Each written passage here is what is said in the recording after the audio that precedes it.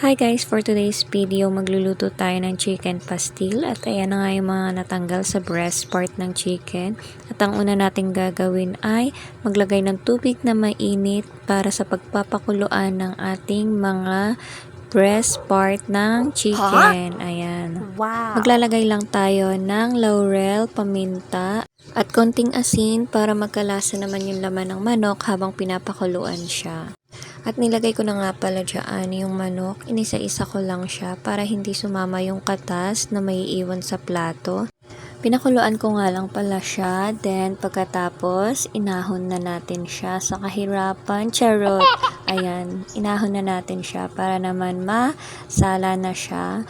Tapos pahanginan lang natin siya ng very light hanggang sa makaya na ng kamay namin na himayin siya. Wow! At ayan na nga, nilalagyan na natin ng plastic gloves ang ating Mother Lily dahil tutulong daw siya sa paghimay ng ating mga chicken. Kukurao! Charot! At ayan, naglalagay na nga ako ng plastic gloves para ready na tayong sumabak sa paghihimay ng chicken na yan. Wow! Ayan. Medyo matrabaho lang talaga tong chicken pastil. Tapos kapag hinain mo naman siya, napakadali namang maubos. Ayan. At apat na nga kaming naghihimay para mabilis matapos. At ayan na nga, ayan na yung nahimay namin. O diba? Ito naman yung mga buto na iniwan. At ayan yung yema na niluto ni mama kanina. Sobrang sarap. Ayan na lang yung natira.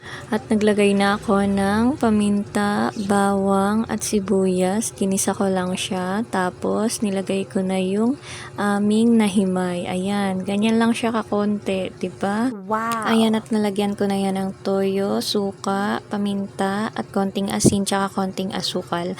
Para naman maging masarap siya. Char. Charot. Ayan, first time ko lang yan magluluto guys ha. Huwag kayong judgmental. Char. Natakam lang talaga kami sa pastil kaya agad namang nagpabili kami ng chicken breast kay Lolo Ray. Tapos itong abangers kong anak ayaw talagang lumubay dito sa akin. Talagang inaantay niyang mabigyan siya ng kaniyang pagkain. Wow. Ayan. Kaya naman nung naluto na, naglagay kaagad ako sa platito para naman mabigyan ko na siya. Sobrang excited. Tingnan nyo naman, oh. Kakain na yan. Oh, ay inihipan pa kasi nga naman mainit. O, diba? Yummy. Ayan. Pagkatapos ko namang bigyan si Pil, nilagyan ko lang siya ng luya at dinurog ko para naman yung lasa ng luya kumapit doon sa manok. Ayan. Tapos, gagawa na tayo ng chili oil. Ayan. Nilagyan ko lang siya ng chili powder para naman mas umanghang siya. Kasi wala akong tiwala sa sili, guys.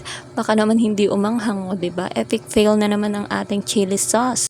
Kaya naman nanigurado na ako para sureball na maanghang. At ayan, hindi na nga makapagpigil ang ating ate Yana. Nauna na nga siyang kumain. Tingnan nyo naman, oh.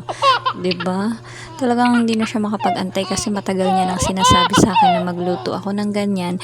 Eh ako nga, hindi nga ako marunong. Kaso napilitan ako magluto dahil nabitin kami sa binili naming pastil. Kaya ayun, to the rescue ang lola mo. Kaya naman craving satisfied ang mga bagets kahit may konting alat at medyo matigas yung laman. Ox na sa kanila. At least naubos. O ha, first try lang yan. Sa susunod na try natin, sana ma-perfect na natin. O, diba? Wow! Hanggang dito na lang guys. Thank you for watching.